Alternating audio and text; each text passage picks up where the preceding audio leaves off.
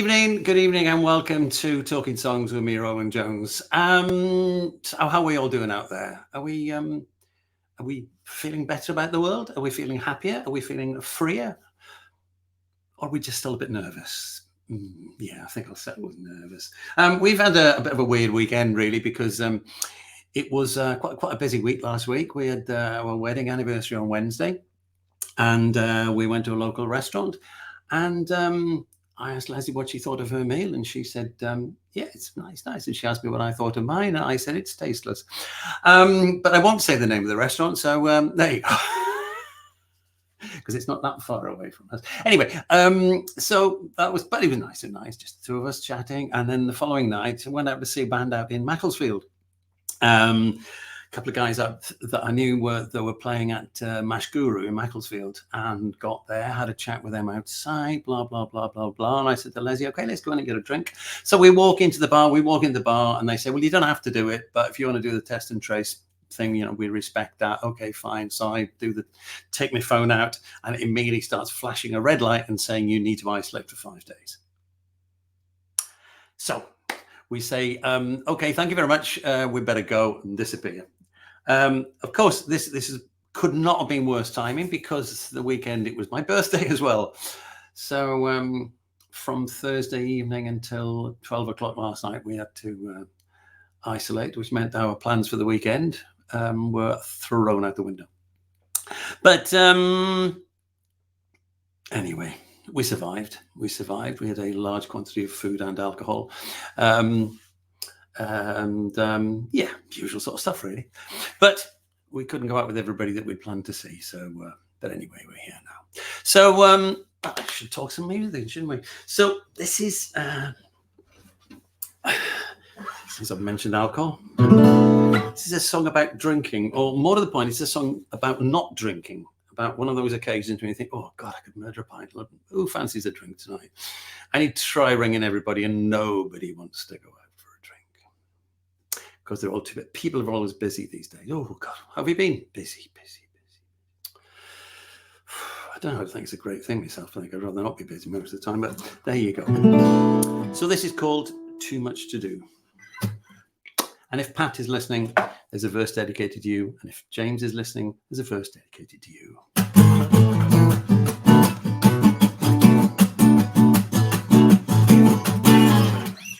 Riding down the road at 102, too fast, I know, but I had a plan. I call my baby on a mobile phone. I said, hi there, it's your man. I'm coming for you now, right away. Take the day off and have some fun. Forget your troubles, forget your worries. It's time to go out in the sun.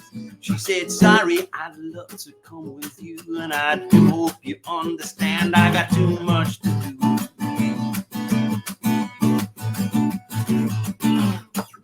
It took me by surprise, I have to admit, but I was not deflated. I hurried up to see my old pal Pat. I knew he would be elated. He answered the door in a pinstripe suit, looking like a sharp-dressed man. He said, you know, I love to drink with you as often as I possibly can.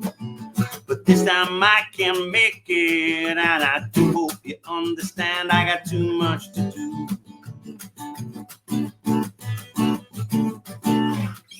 My patience on the phone was running low, thinking life could be a bitch.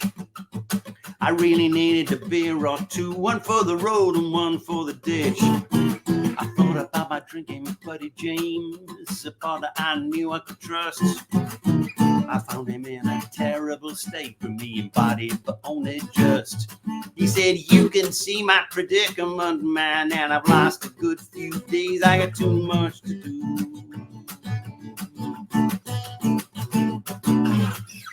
I came home feeling real down. I couldn't find a drinking friend. I knew someone to whom I could turn only one way this day could end. I shook my alter ego by the hand. I poured a beer for me and him. I really needed that serious drink, cause my patience was running real thin. He said, sorry, someone has to tell you, son, but I do hope you understand you got too much to do.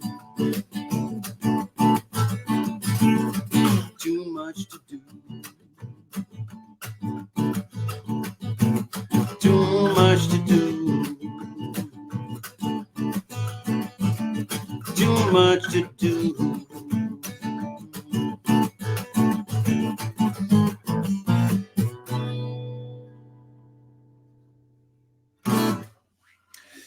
Yeah, too much to do. I've got something a bit different for us this week. And talking of drinking, I was sitting in the pub the other night, and I don't know about you guys out there, but certain things I hear, if I hear a specific word, it makes me think of things. And there are certain words that trigger me wanting to know. In case you're wondering what that shadow was walking across the back wall, that was my wife bringing my phone back so I can keep an eye on things coming as it's coming out the other end. Yes, we're talking about drinking, and we're sitting in the pub, and there are certain words that I hear, and I think, oh, I wonder what that conversation's about. And some of those words are things that anybody mentions, Italy or guitars, or in this instance, recording studio. And I heard this group of guys on the next table talking, and I heard the recording studio session. I'm thinking, oh, I wonder what that's about. But anyway, so. Didn't think more about it really. We went back home, and I think it must have been later the same night. I saw that there were a couple of guys outside who were looking underneath my car for some reason, and I couldn't quite work out why. And as I got to the door, I realized what it was. And it was there's two enormous cats like this big that live next door, and they were just hiding underneath the car, and they were looking at these cats. And I came out and I realized it was the same guys who had been sat at the table next to me in the pub. So I said, "The other three guys who sat at the table, aren't you?" And they went, "Yeah." So we started chatting about music and this and that and the other. And so they gave me a shout, and I said, well, I sent them some details and I checked them out. And I thought, well, I've not had anybody on who raps. So for the very first time on Talking Songs, we have a pair of brothers. These are the Modern Day Pirates, and these are two lovely guys called, where have you gone? There you are. Ro and Owen. Hi guys, how are you doing? Hello, great, thank you. It's good to be here. Yeah, great. It's good to have you. See, you've travelled all that distance. We do actually live about 150 yards apart, so it's kind of ironic that we should be using, ultra sophisticated technology to chat, whereas we could just be sat in the pub, really, couldn't we? So, right then, Modern Day Pirates. When did music start for you two guys? Did it, seeing as you're twins, did that start at exactly the same moment, or did? Well, it's funny, actually. It didn't necessarily begin with both of us. Right. It started off as just me.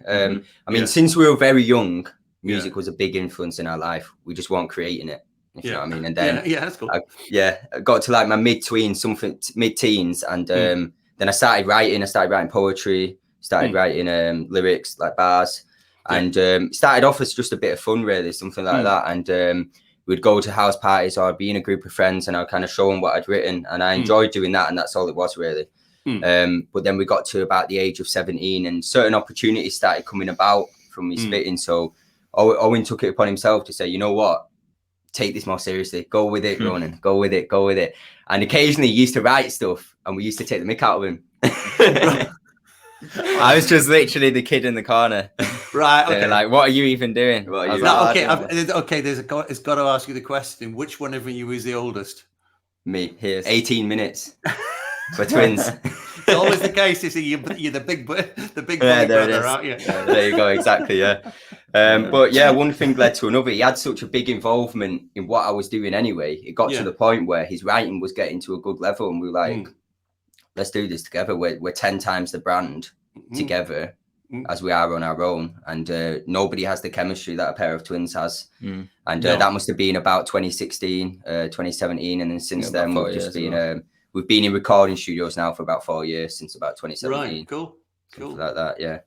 As twins, did you or do you do any of those things that twins often do? I mean, you don't look very similar, but yeah, not anymore, because as you can see, he's grown his hair a lot more than I have. But yeah, we're often finishing each other's sentences.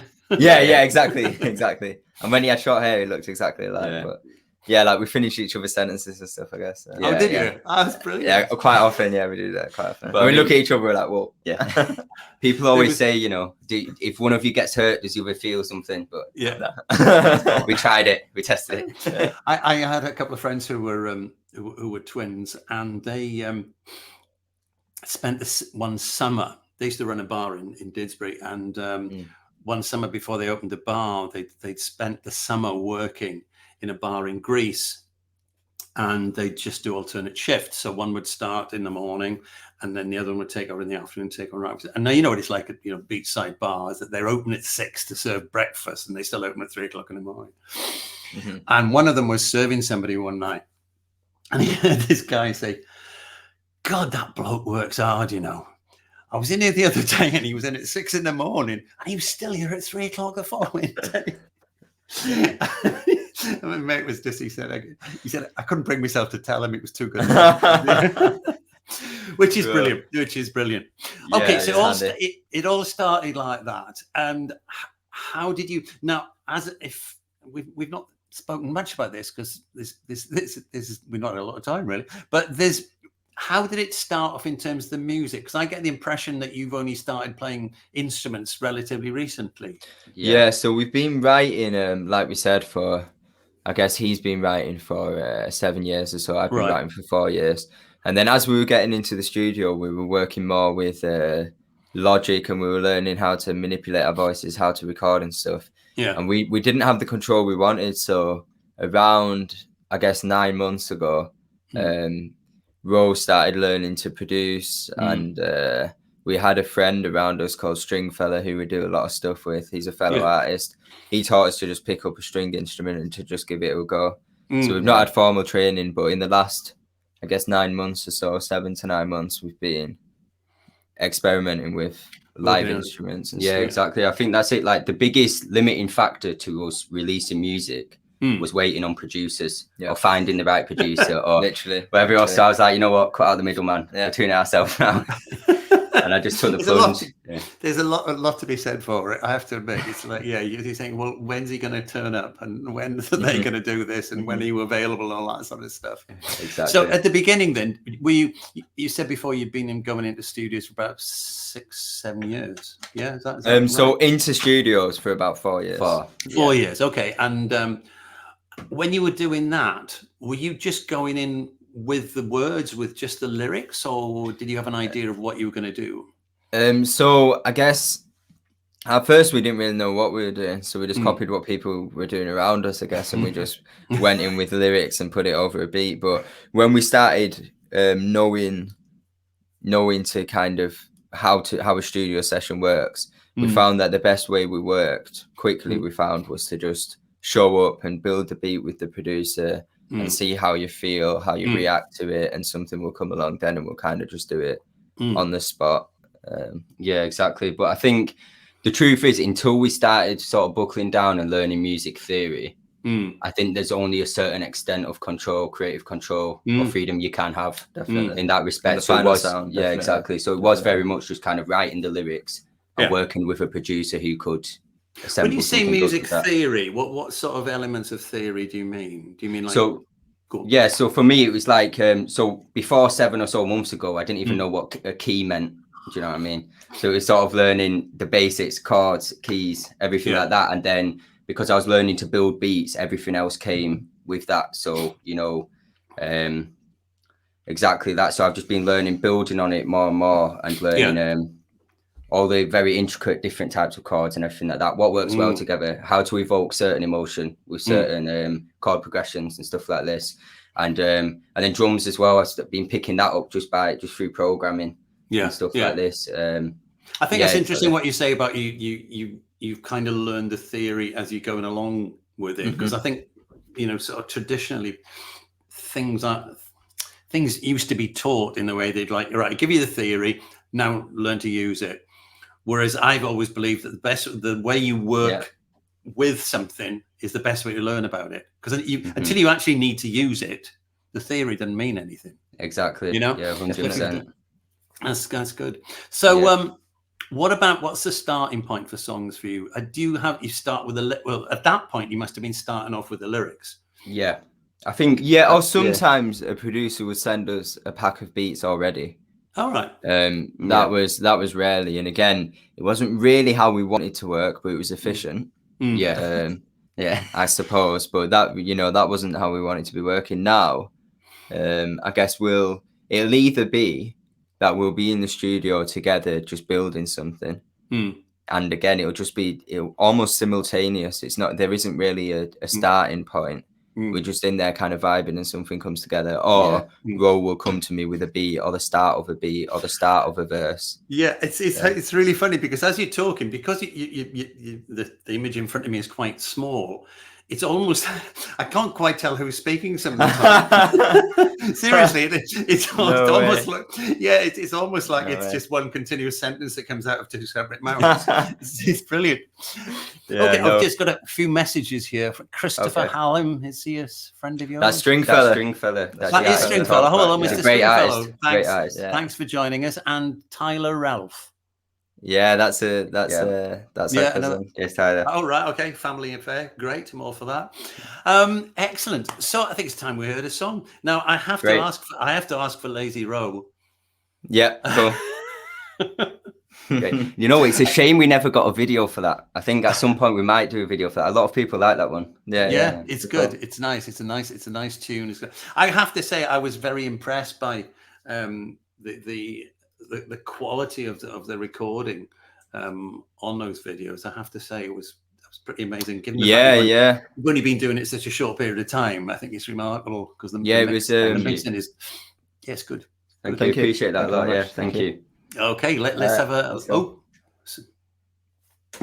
go in. Check. Listen. Yo. You know, it's one of those days I'm feeling a bit lazy, a little subdued. Check. There's nothing else to do but kick it with my crew. Real. Smoke. Okay, let's go. Yo. They keep calling me lazy, bro. I can't argue with that. I've been in bed all day, you know. You can't slate me though. Hey G, you ain't hard like me. Swear I'm made of gold. Hey, you fall back, you ain't major, bro. No degrees, ain't heat when you spray your flow. I've been blazing cones, writing tunes in the dark. Sit back, bill a fat bunda zoo and relax. Today I'm feeling pretty subdued, might kick it with my crew, just listening to tunes. Thinking about it now, I might build up a zoo. It's 4:30, I've only been up since 2. Days are getting shorter as I'm older. We don't value time the way we value our own clothes. I got a pack of something potent. No, this ain't a joke, and I've been wrapping up a boulder. I just need another tote. Smoke. And we were dreaming, we had hope. The beatings had us bleeding from our nose, like our mama, she was feeding for some. And we be leaning on the ropes. But what a feeling to be home. Wow, and what a feeling to be loved. The people we keep close give me a reason to get up. I put a G up in the corner, think I need another zug. And certain rappers fake and they didn't come up from the mud. Today I'm feeling pretty subdued, might kick it with my crew, just listening to tunes. Thinking about it now, I might build up a zoo. It's 4:30, I've only been up since 2. Today I'm feeling pretty subdued, might kick it with my crew, just listening to tunes. Thinking about it now, I might build up a zoo. It's 4:30, I've only been up since 2.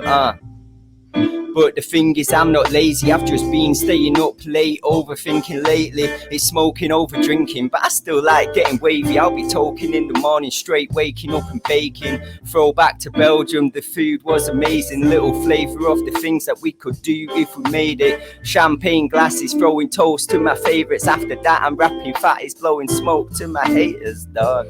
And I know that the hate won't stop, it don't faze me at all, man, I shake it off. And what you calling me lazy for? We've been through this before, I ain't changing up. I ain't changing up. We've been through this before, I ain't lazy, bro. Yeah. Keep with my crew.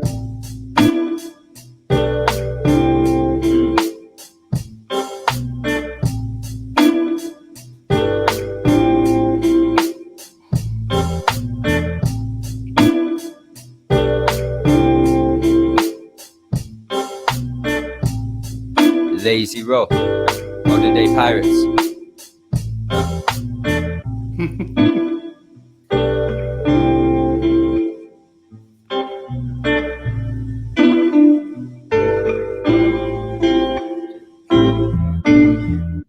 Yeah, that one's called Lazy Row. Thank you. Excellent. That's good. That's cool. You even dance the same. I'll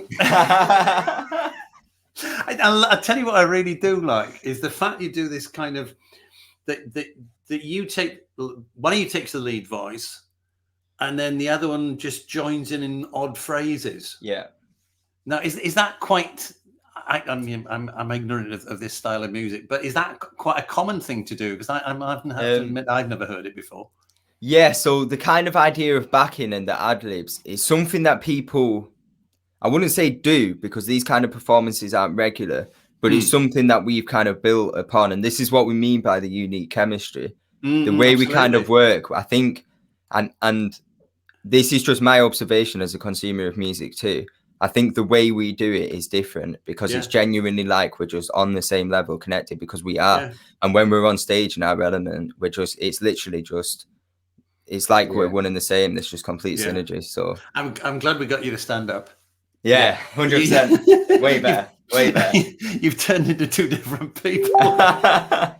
Just to explain to the people watching, we've had quite a lot of technical discussion today to get the best out of this, and so we started off in the lounge at 3:00 this afternoon, and then we rapidly moved into the studio. Then we moved from one side of the studio to the other. We moved from sitting down to standing up. We moved from plugging this into that to that into this, and this into those, and these into that, and eventually. About 2 hours after doing that, we got the sound that we wanted, I think. Yeah. We agreed on that? About that, yeah. Just about, good. I think behind the scenes, it's quite chaotic here. 100%. Yeah, below microphone level. Yeah. More messages here from AJ Mishra. Yeah, that's a good friend of AJ. Yeah, Tyler again. Lazy Row is definitely a banger. Thank you. Live on that. Christopher Hallam again. Mr. What was his name? Stringfellow. Tyler Ralph, lots of little emojis there, which I don't understand, but there you go. So what's the situation with, do you see yourselves as a band that puts music out or a band that performs, or which do you prefer to do? I mean, what have you done with the tracks you've done so far? Yeah, so it's a funny one, really. I think we've evolved into a band that releases music into a recording artist, but I think a massive element of us as an artist is our performance. And I think anybody who's been to one of our performances, they know it's a special type of energy. And no matter what type, we did a set at the International Festival last week. All right. And even though it was kind of social distance, everybody's on the benches and stuff. We got everybody moving. Do you know what I mean? It's really, a performance is a massive part of what we do, definitely. Yeah. And we see it as almost, at this point in our career, it's almost the front line of access to our consumer. Do you know what I mean? Yeah, I mean, it's interesting because there's lots of bands that have backing vocalists, and lots of bands who have like dancers on stage and but you're all in one package. Yeah. I love the fact that you refer to yourself as an artist. Yeah. Not two artists. It's an entity. Yeah. It's interesting because you also said before about, I think it's when we were talking before coming on now, that you used the term brand. And I think you're quite, and the MDP T-shirt as well, which is quite cool. I like that. Yeah, definitely. So what was the evolution? You started going into studios and just developing beats with producers, etc. And then you decided to set up the studio at home, which has been, I suspect, quite several years to get it to what you want. Yeah. I mean, again, that's been 4 years. 2018, 2017. 2017, because it was that house, that second house. 2017, 2018. I mean, the big thing for us, we were into music very much so, and we've been writing, but we didn't have a break. Like, we were trying to get involved in a scene that wasn't really authentic to us and our sound. So we were always going to struggle. But then we managed to get onto a Levi's sponsored music project in September 2017. And that's how we first got into a proper studio. Nice. So then we were able to access that. But again, it's the way we work. It was better at home, so it was from then we were building the studio. But honestly, being on that project, that helped the professionalism. We realized how did the project work? This was crazy. We'd had a terrible experience with somebody in the music industry, and Ro had walked out of the house and he was like, I can't do this anymore. And I scrolled past and saw a sponsored ad on Facebook for like saying apply to the Levi's Music Project if you're a young artist who So I applied, and we applied late as well, but we managed to get on. I just wrote a very passionate message about what it means to us and why we do what we do and stuff. And it resonated with them. So it was like a 2 or 3 week course where every day you kind of went in, you met music professionals, they gave you experience in a studio and kind of built the foundations for feeling like an artist. That's the main thing. And doing the things that an artist does. But I think, as you say, it's the home studio. Like if there's any upcoming artist that I ever speak to, or if they ever ask for any advice, not that I'm at like a massive level right now, but the biggest piece of advice that I would give is build your own place to record and learn to record yourself and learn to produce. I mean, that's the single biggest thing that helped us and so accessible as well. Yeah, exactly. Yeah. You don't have to get everything at once. Do you know what I mean? It didn't all start off with a nice microphone and everything like that. We just kind of built over the years. Do you know what I mean? We've used on Exactly Audacity. It's free. Of course. Yeah, Audacity. Audacity is quite a neat program. It was, I couldn't believe that we had access to that for free. Like I didn't. It was quite good at the time. Yeah, well, I know lots of people these days are starting off with GarageBand, and if you can afford a Mac in the first place, which is bad enough, you've got that thrown in, you know, and it's an amazing. I mean, I can remember when in the industry started using direct-to-disc recording and those sort of packages. They cost. I think the first time I worked in a studio in London that had Pro Tools, and it would have been about 91, 92, somewhere around that, maybe a little bit later. And the first package they bought cost them 14 grand. Whew. And I mean, now, I've got a couple of apps on my phone that'll do as much as Pro Tools could do in those days. It's just insane. Insane. So now we've got as far as the Levi sponsored project. You're going in there, you're getting a lot of experience. What about actually from there on? What happened there? You started to develop the studio at home. I think the biggest progression was the shows, and that came again after the project. So then the focus was very much, even when we were writing, it was writing for performing live. And it was kind of like club nights. It was like 140 BPM, very underground grime, bass line. It turned into drum and bass. So for a good period of 2 years, the next 2 years at least, the main focus was performing, and that drove our writing. And then I think we made a very conscious decision around the final year of uni, around 2019 or so. We were like, right, we want to be artists now. We want to make music and step. So what were you doing at university? I did chemical engineering, and I did business with Spanish. Right. But I mean, it was like it was always kind of a backup. We just needed to get to Manchester. Do you know what I mean? For music. So that's why we came from far away. Yeah, we knew we needed to be in Manchester. I can understand that. A friend of mine was telling me a story where he was a lecturer at Manchester University, and at the end of the academic year, the head of department was talking to the members of staff, and he said this is a good few years ago now, and this guy was he was leaving after this term anyway, and the head of department was saying, well, we've done so well this year. They've got more applications than ever before. People are dying to come to our department to work. And this guy said, that's bollocks. And it's like a long pause. And he said, you know where they come in here? The Hacienda, the Happy Mondays, Oasis. Don't give me that. Yeah, definitely. It's absolutely true. 100%. 100%. I mean, I've been here a long time, I have to say. It still has a lot of attraction. I think it's just a great city.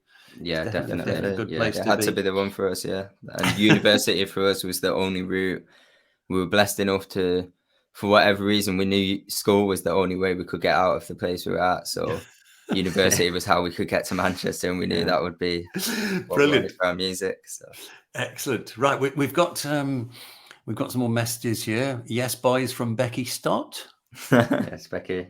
And another one here from Mr. Stringfellow. Air him out to tell us his name, it says here. So is is that him referring to himself, do you think? Air him out, tell him his name. Must be. But yeah, no, he's a great artist. He's somebody we met a couple of years ago now. He's from sort of Withington. I think we mentioned before we spoke, but he's largely the reason we had this pick it up and go attitude for the instruments, the string instruments and stuff. He taught us. He did it himself. He just picked up a string instrument and was like, he was like, I'm just going to teach myself. Yeah, he was a big inspiration for that. I think he posted that just at the point that you were saying that story. I think nice one, Christoph. Nice one, man. Okay, I think she'll have another. Hang on a minute. Oh no, it wasn't that. He's just explained it now. You said you had a bad experience with a producer, he's saying you should say who that was, but I don't think we should do that. Let's not get too political. Yeah. No. Let's not. Let's not. Shame on you, Stringfellow. This guy. Unless he's had the same bad experience. But I have to say, I've yet to meet a musician who hasn't had a bad experience somewhere along the line. Yeah, 100%. Yeah, it's part of the deal, I think. Yeah. Definitely. Okay, I think it's time for another song. Cool. Let's go. What are we having now? This one is I Hope Today's a Good Day. And, right, where did the idea come from? Let's talk about so for this one, we were sat in the studio, me and Owen, and we'd had a lot of reflection at that time in our life. And we were talking about how life can be so difficult when you think of it as a bigger picture. Life can be so difficult. It feels like such a huge mountain that you have to move to get where you want to be. And even if it's not a big dream or anything like that, to get to the state of happiness you want to be, to whatever it is that's troubling you, it seems like such a massive task. But if you break it down into small, achievable goals, we realize life is much easier. And in that respect, just think about today. Think about the present. Don't be hung up by the past, and don't dwell on the future, because obviously life is in the present and life is in the moment. And I think this is, that's what this song is really about. Brilliant. There's somebody here that said, Steph Taylor says, absolutely love this song. So she's ready for it. Yes. I'll rephrase that. She's ready for the song. Okay, over to you guys before I put my Let's go.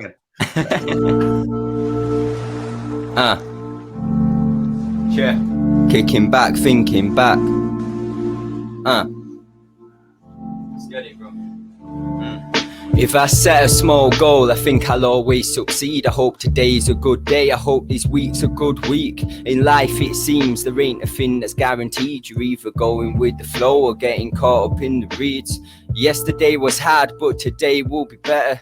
Forget about the past, it only gets you if you let it. Relationships fade, now they're dated like a letter. I won't know what to say, even if I could have met her again. And I guess in the end, your family is made from your friends. With them the love ain't pretend. And I'll be saying this till the end. I'm grateful for the people I met. They keep me feeling my best. But now that I deep it, I'm blessed. I mean, anxiety is mine or isn't even a threat. I got my people that are close in case I need to be consoled. My bro has got the answers, swear he's reading more than most. He told me, yo bro, you need to let go. You should float like a boat, trust the flow, you can cope. It ain't cold in this life, you can hope for some more. Well, if he's right, then I'm rising up mountains galore. Game is a way, I take it day by day. I swear patience is key, you can't rush and be great. So I took up a zug, I sit back and I blaze. Kicking back, spitting raps, really finding my way.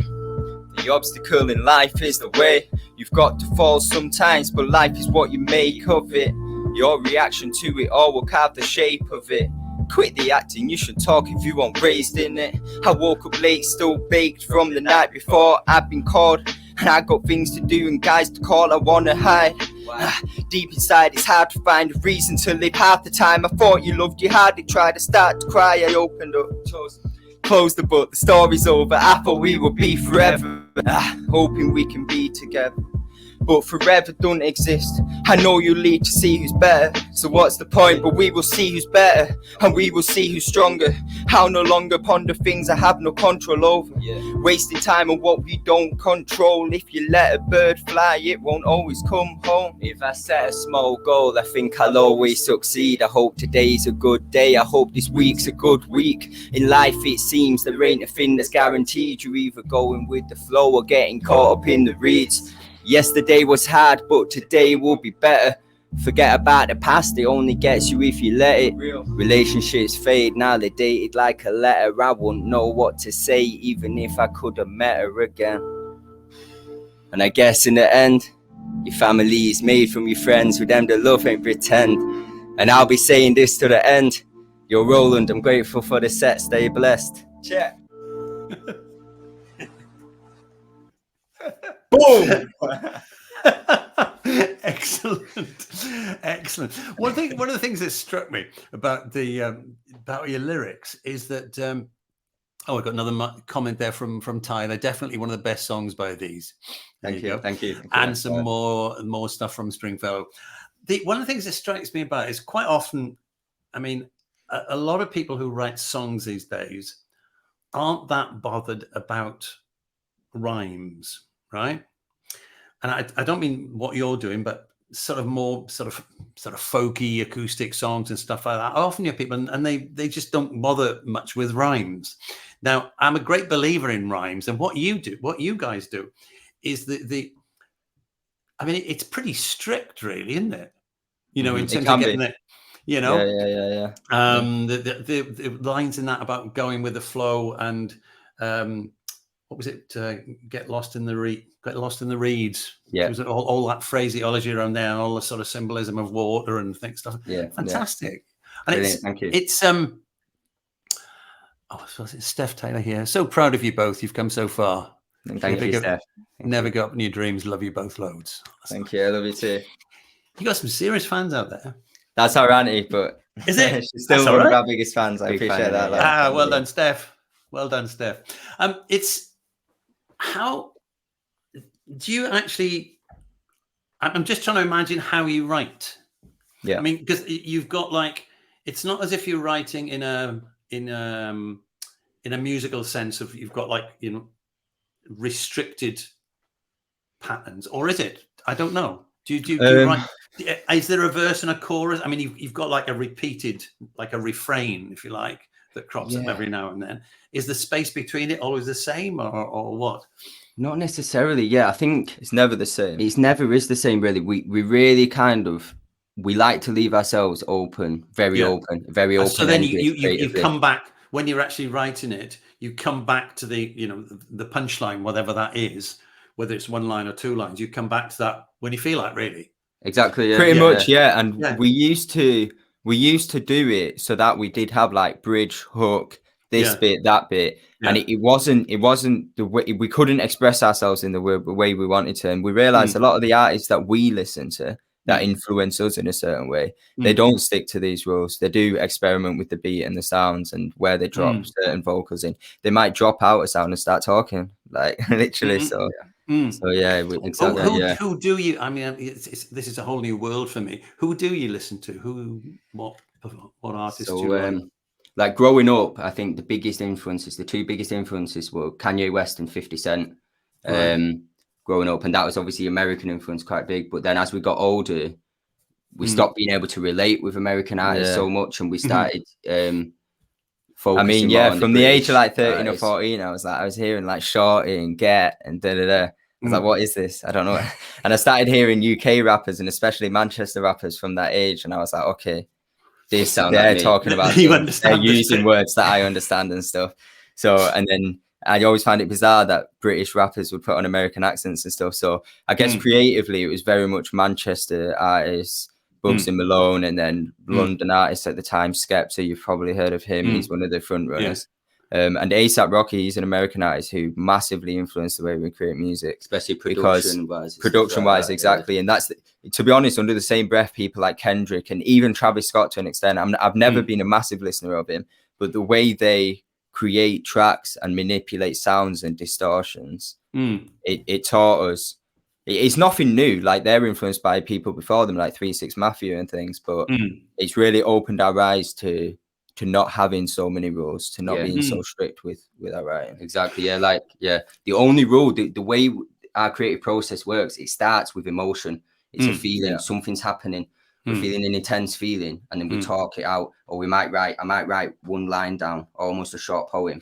Yeah. That's the only strict rule we have. It has to be real. Actually, it has to be emotional. The main rule, real. It's got to be real. That's the only thing. Our music is just real. Interesting. I'm just thinking about what you said before about the hearing American lyrics and all, because one of the things that I've talked to quite a few different writers about is that if you are writing songs in a certain genre, for the sake of argument, then you are, let's say, the blues. There's a tendency to use bluesy words, right?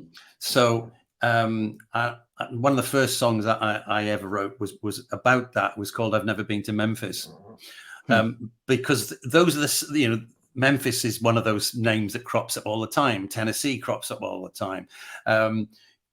Even more sort of stereotypically, you get cotton fields or whatever. Not that, but mine was all sort of negative stuff. Well, I've never done this. I've never picked cotton. All those type of things. But it never occurred to me that in this style of music that there is an American style and massive UK style. It's huge. This is because the UK is really cementing its place in the international sound now. So it is changing. But when we were growing up, literally UK rap, they were literally putting on American accents. You speak to them, they'll be like, yeah, what you saying, bro? And then they're rapping and be like, hey, I rolled up to the club, and you're like, whoa, what? But it was huge. That's what everyone did. Yeah, I think a lot of popular music is American. In the sense that you don't, as I've often said, you don't hear people writing songs about going to Buxton. You don't hear people. I'm trying to think of a British car now. You hear people talking about Cadillacs and people talking about my Buick and all that sort of stuff. And I mean, I find it myself. I've written something about got gasoline. I got gasoline in the tank. I'd never say gasoline, for God's sake. I'm from South Wales. That's as far south as I go.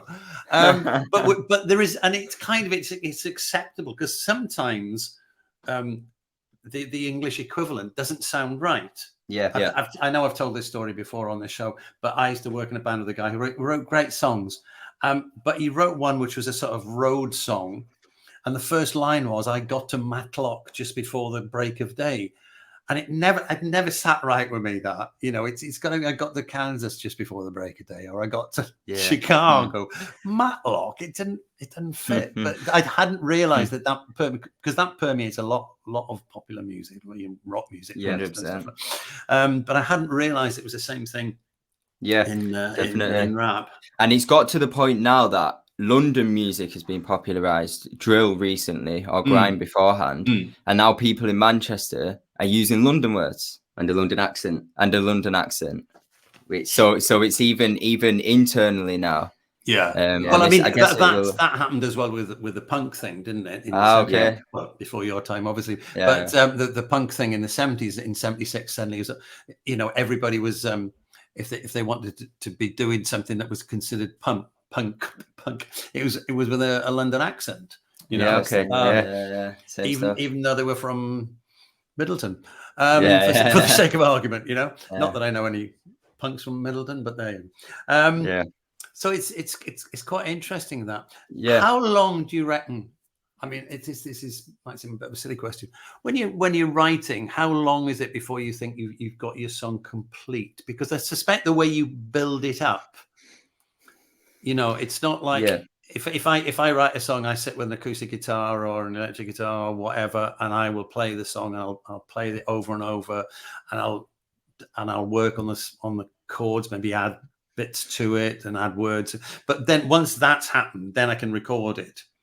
But with you, the recording and the writing sort of happening simultaneously, aren't they? Yeah. It's, most of our stuff, and if you saw, it would probably stress you out if you saw our folder. But if you saw our folder on our computer, it's quite chaotic.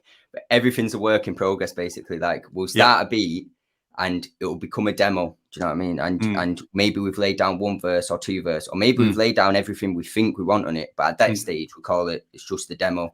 And then we pick a few favorite demos and we say, right, we want to finish these. So let's sit down tonight and let's see how is this going to feel completed. And then it might get to the stage where it's okay, that's ready for mixing now, and then a master or whatever. And we'll usually be listening to it in the context that we consume this kind of music ourselves. So we'll be going to the park and chilling, or we'll be at a party or pre-drinking or whatever the context is, and we'll be listening to it, and then I'll think, oh, it'd actually be really cool right now if it sounded like this instead. Yeah, exactly. So it's never actually really done for, it's just so random. It varies. We like to sit with demos for at least a few weeks because we want to hear them objectively and in every setting, like Owen says. So we still wouldn't consider that done. Yeah. Because I mean, when it comes to sort of more my style of songwriting, if you like, I know I've spoken to a lot of people over this, and I've got some friends who say they like to write something and take it in the studio immediately. And although I have done that, I'd much rather take a song and actually play it on the road and, you know, do a couple of gigs with it and because the songs change. Yeah, exactly. And I mean, it might even be just like an odd word that you drop in, or exactly. You know, just slight change of emphasis, and then record it. Because I did an album about 3 years ago, and I'd recorded the first half. It was going to be an EP. I recorded 5 songs, and then decided I was going to do another 5. But I was going on holiday for 3 weeks. So I had to write another 5 songs in those 3 weeks, which I did.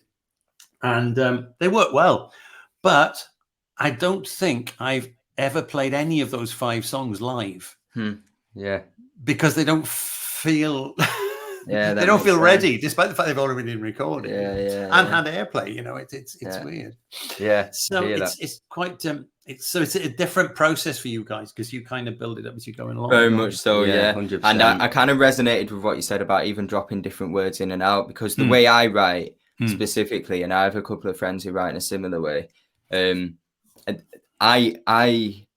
know for a fact I'm changing certain words, like usually the less important words, the connectives, or I might decide I wanted to flow a slightly different way.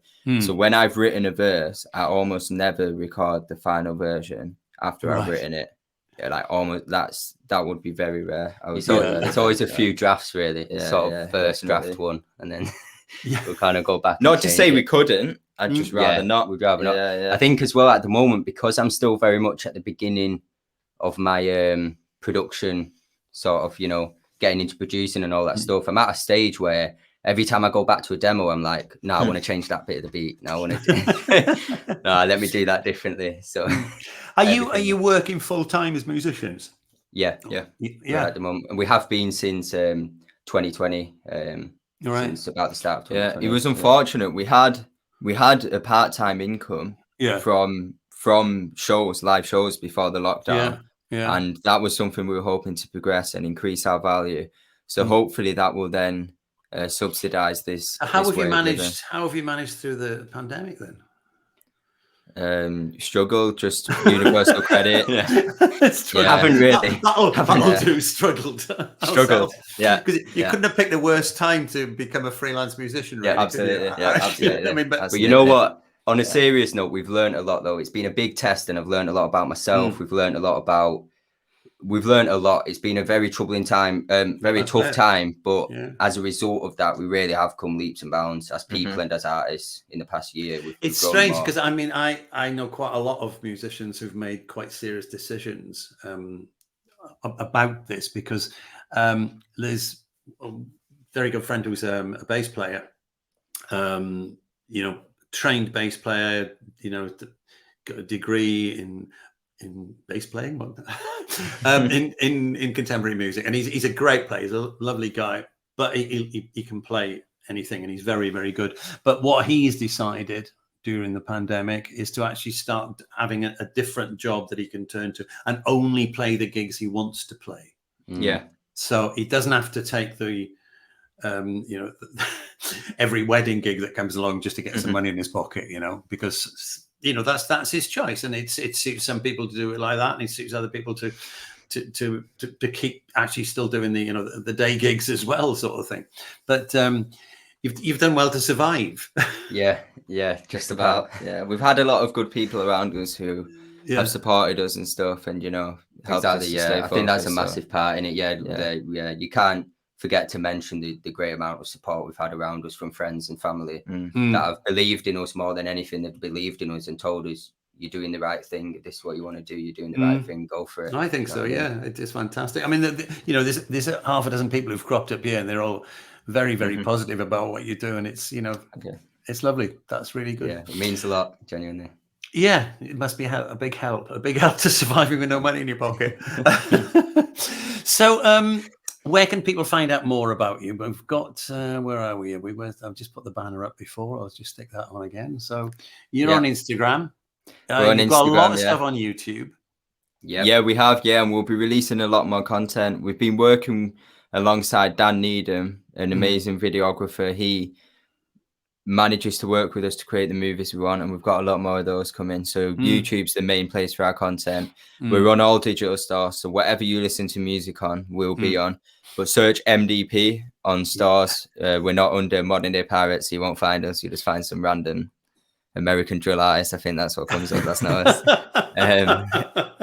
And we're on all other social media sites, but honestly, also we're about in Manchester. Keep an eye out, events, stuff like that. We're doing a lot more shows now. Lockdown's over, so is it already started to lift? Yeah. So since the 19th, we've had 2 shows now since it lifted on the 19th. So that's good to hear. Becoming a more regular thing now. Yeah. Well, I mean, again, I talk regularly to the musicians, and it seems to be easing up a bit. I've got a couple of gigs coming this week. People are still like, are you available? Yes, I'm available. Okay, well, let's put that in the diary. And everybody says it with like a little bit of trepidation, because I'm quite sure it'll be striking it out in 2 weeks' time.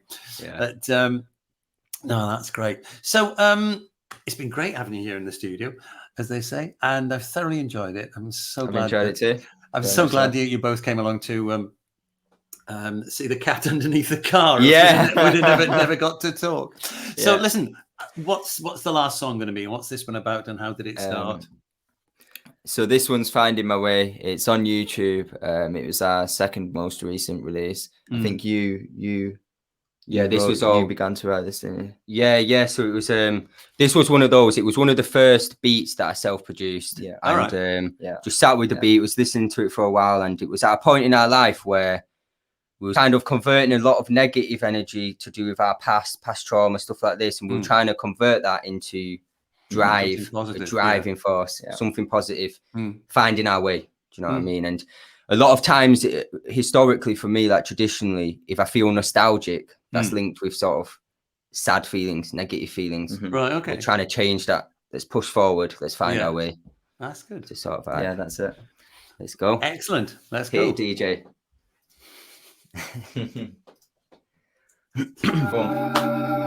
So you can find this on all the stores and YouTube.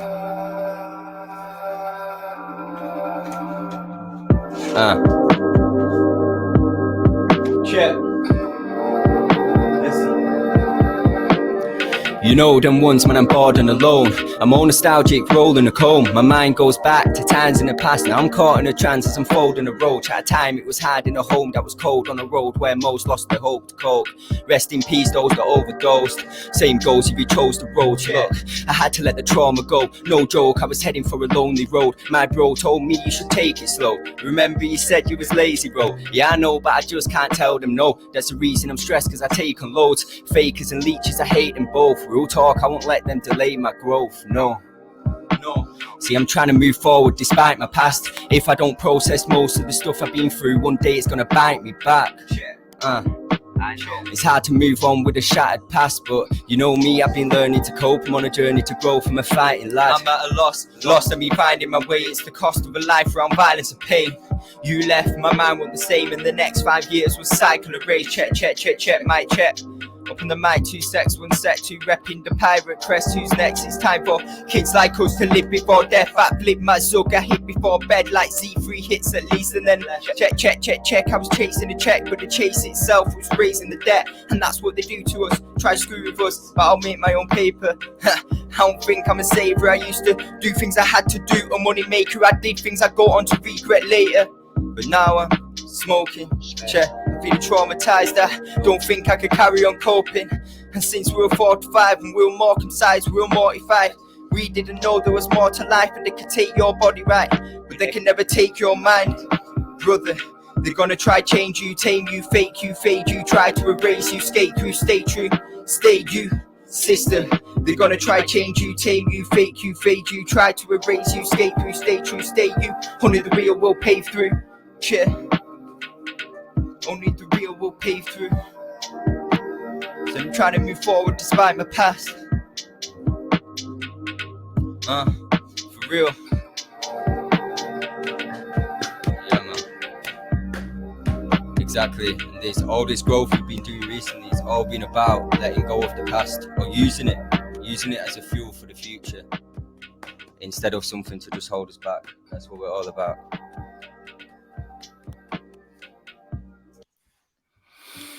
Wow, that's fantastic. Thank you.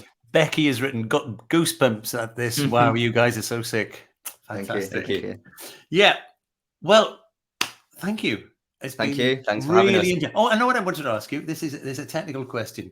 You mentioned before about 140 BPM. Yeah. With reference to grind, was that? Grime, yeah. Yeah, grind. And what would you classify your music as? To me, I would say it was rap, but that's probably ignorance on my part. What would you say? No, rap's, funnily enough, is the right word. Like we started off on grime, but we definitely don't stick to a BPM. So it can't be classified in that way. That was about 120. Yeah. And the one before was, because I'm checking it to find out. So if you're interested in it. The second one was 75. Yeah. So and again, I've listened to three things on YouTube as well. Different grooves to them. Exactly. So I'm reasonably accurate with rap then, am I? Rap, it's just real music. This is why we resonate with an artist like Stringfellow, for example. If anyone's listening, if they check out his music, they will get the point I'm trying to make. Sorry to interrupt. Is it, as I was asking what would you call it? He's typed in music. He's not wrong. That's it. He's right. Exactly. Nice one. Exactly. Nice one. Music. Yeah, just keeping it real. Anything that's real. I think that's it. Exactly. Like the same way I said, we like to keep everything open-ended to have that creative freedom. Really, all we see ourselves as an artist, as a brand, is a vehicle for the message we're trying to push. Now, if we do that with community work, or if we do that with a song, and no matter what BPM it is, no matter how we do this, everything is just, we try to use everything as a vehicle to convey this message. And this is why we don't really limit ourselves to a genre or even a style of art. Like going forward in the future, it won't just be music that we do. Exactly. Interesting. That's interesting. Well, hopefully when things are getting a bit freer, seeing as we only live 150 yards apart, we might bump into each other in the pub and have a longer chat about things. Yeah, definitely. Sounds good to me. So, Rowan Owen, thank you ever so much for doing this, and I hope we didn't. it was well worth the effort this afternoon to get the sound. Yeah, absolutely. At the end of the day, it sounded right, and also the fact that you were standing up to do it, I think was just absolutely spot on. Thank you, guys. All right, thank you very much. See you again soon. Cheers. Yeah. That was excellent. Thoroughly enjoyed that. It's funny thing is, I did say to the guys beforehand, there was one thing I said, look, I'm not anti-swearing, but I swear a lot myself, but I don't swear when I'm on air, and I'd rather you didn't as well, because I don't want any miserable so-and-sos complaining about it. And they replied perfectly. They said, no, that's cool. We're happy with that. We've often had to clean it up for younger audiences. Because I was half expecting them to say, yeah, they might be for you older people out there who don't like it. But the fact that they said they'd clean it up for younger audiences made me really laugh. I thought it was classic. Great, guys. Great music. I thoroughly enjoyed that. And thank you for everybody else who's dropped in. To Mr. Stringfellow. And are you a Mr. Stringfellow? Or are you just Stringfellow? And thanks for your comments. And I did like the music one. That was brilliant. Thanks to Becky. And who else have we got? Tyler, Steph, and whoever else has been there. AJ Mishra, and and Elaine. Oh, Elaine's been there as well. Oh, she says she'll have to listen to it later because it's frozen.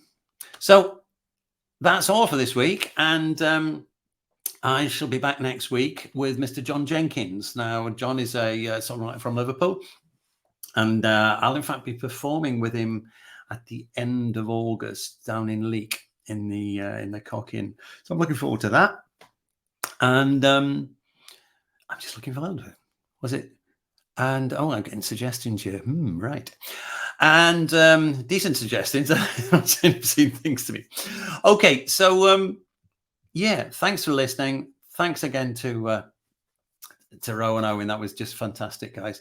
And look after yourselves, everybody out there, and we shall see you again next week. Thanks. Bye.